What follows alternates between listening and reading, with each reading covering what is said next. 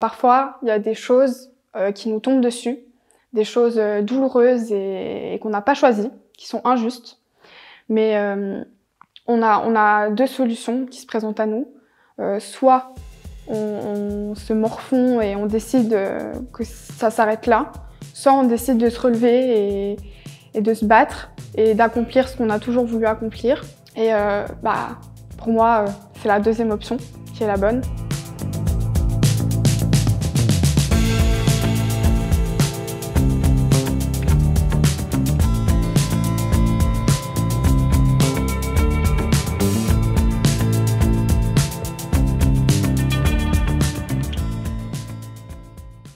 Je m'appelle Ella Borniana, j'ai 19 ans et cette année j'ai terminé ma maturité spécialisée en option sociopédagogie au gymnase de Burier. C'est la suite du cursus gymnasial de 3 ans en école de culture générale en option sociopédagogie.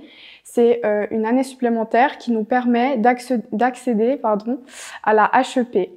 J'ai grandi à Vevey avec mon père et ma mère pendant un petit moment avant leur séparation. Alors depuis petite, j'ai toujours eu une relation très compliquée avec ma mère. Parce qu'elle est atteinte du trouble de la personnalité borderline. À la maison, c'était très compliqué, conflictuel. Il y a eu pas mal de violence. En parallèle de ça, à l'école, j'étais très douée, j'aimais beaucoup l'école. C'était un peu l'endroit où je me sentais en sécurité, où je pouvais me faire des amis, où je passais des bons moments, où je me sentais vraiment valorisée. Et après un certain temps, c'est vrai que j'ai commencé à subir du harcèlement scolaire. Donc c'était en 7e et 8e Armos.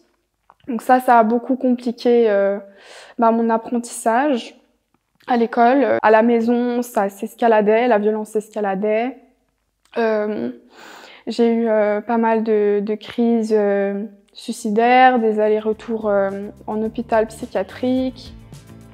J'avais des traitements à prendre, j'étais prise en charge, mais malheureusement, à la maison, ça ne s'améliorait pas. Concernant ma mère, sa maladie, elle s'est beaucoup accentuée. En 2018, j'ai fait la rencontre d'un garçon de mes 13 à mes 16 ans. J'ai été abusée sexuellement par ce garçon. J'ai, à l'âge de 13 ans, déposé plainte pour viol et contrainte sexuelle. Et j'ai pu être reconnue comme victime d'abus sexuels.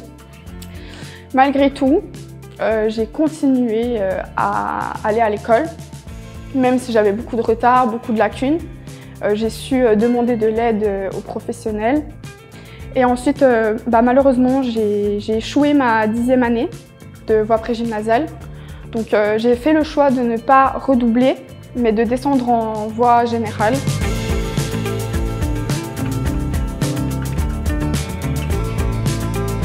Alors la première fois que je suis arrivée au gymnase, au début c'était assez impressionnant de voir autant de personnes. On avait aussi beaucoup plus d'autonomie, on était moins forcément proche des enseignants et enseignantes au début. Donc c'était un changement qui était assez radical. Je m'appelle Christine Durand. Je suis enseignante d'allemand au gymnase de Burier et je connais Ella depuis 3 ans maintenant. On s'est rencontrés à la rentrée 2021 et j'ai été sa prof d'allemand en 2C, 3C, 4e SOP. C'est vrai qu'au début, c'était un peu compliqué parce que j'avais beaucoup de peine à me gérer en fait parce que il y a plus de travail à la maison, etc. Et le même problème se répétait. Dans le sens où je n'arrivais pas à travailler chez moi. Mais heureusement, on a la chance d'avoir une bibliothèque et des espaces où justement on pouvait travailler, rester entre amis, etc. Donc c'était très ressourçant. C'était difficile parce que Ella faisait partie d'une classe de 26 élèves. Et 26 élèves, ça ne laisse pas le temps d'avoir des contacts individuels avec chacun, malheureusement. C'est aussi ça qui est difficile dans notre métier, c'est que souvent on voit des ados qui sont en difficulté, qui ont besoin d'aide, qui ont besoin de soutien et que tous n'osent pas venir le demander. Il y a beaucoup d'enseignants et d'enseignantes qui sont là à nous motiver et aussi qui remarquent quand des élèves ne vont pas bien. Donc j'ai eu la chance de tomber sur des enseignants et enseignantes remarquables qui ont su me prendre sous leurs ailes. Je voyais Ella en classe, c'était une élève attentive, elle avait l'œil alerte, elle était intéressée, même si j'enseigne l'allemand. Alors en deuxième année, j'ai rencontré Madame Durand, donc, qui était mon enseignante d'allemand et qui l'a restée jusqu'à cet été. J'avoue que je ne l'ai pas souvent vue sourire, mais c'était quelqu'un qui crochait, quelqu'un qui était intéressé et quelqu'un qui en voulait. Et c'est pour ça aussi que je suis là aujourd'hui pour parler d'Ella, c'est parce que je trouve que c'est une jeune femme extrêmement résiliente et qui mérite énormément de respect parce qu'elle a réussi à surmonter tout ce qui était sur son chemin. Et je l'ai véritablement vue s'ouvrir, un peu comme elle était un petit bourgeon au départ, et après c'est une fleur qui s'est ouverte là cette année, cette dernière année, c'était un déclic. Donc Madame Durand, ça a toujours été quelqu'un de très humain, elle est très franche, elle est aussi très gentille. Donc elle a senti que parfois j'avais de la peine, mais que malgré ça, je me donnais les moyens de réussir.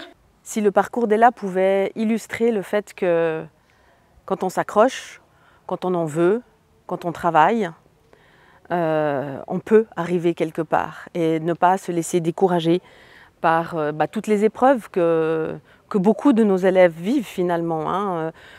Il est vrai que j'ai eu de la chance d'être douée à l'école, d'avoir aimé lire, d'avoir aimé apprendre. Mais c'est vrai que par exemple ma petite sœur, ça n'a pas été le cas.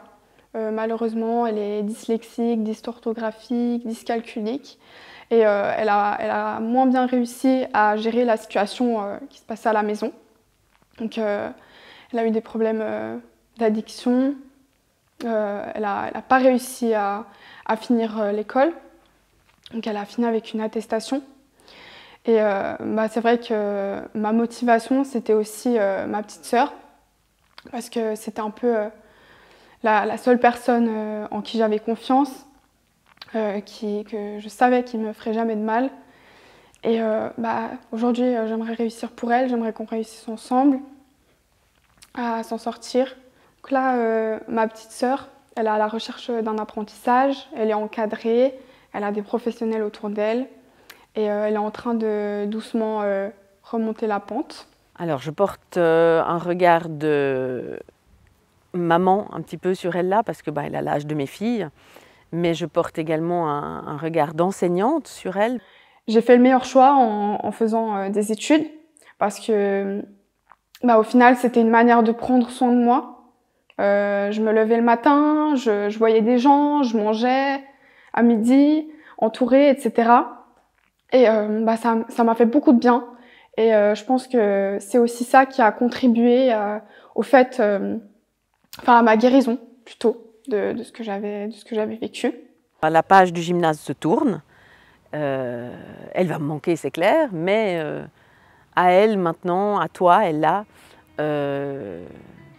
la beauté de l'inconnu, d'aller là où son cœur et son intellect peuvent la mener, et puis qu'elle fasse des études qui lui apportent ce qui lui aura manqué et qui la rendent heureuse au quotidien.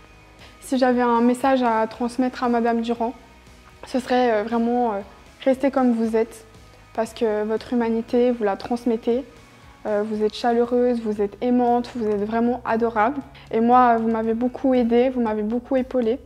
Vous avez été une vraie ressource pour moi. Madame Effliger, qui était ma professeure principale pendant 3 ans, je tenais aussi à vous remercier pour tout ce que vous avez fait pour moi, pour le soutien, pour les moments où j'ai eu une épaule sur laquelle me reposer. Même si pour vous, c'est votre métier, au final, vous êtes juste là comme enseignante, mais c'est beaucoup plus que ça pour moi.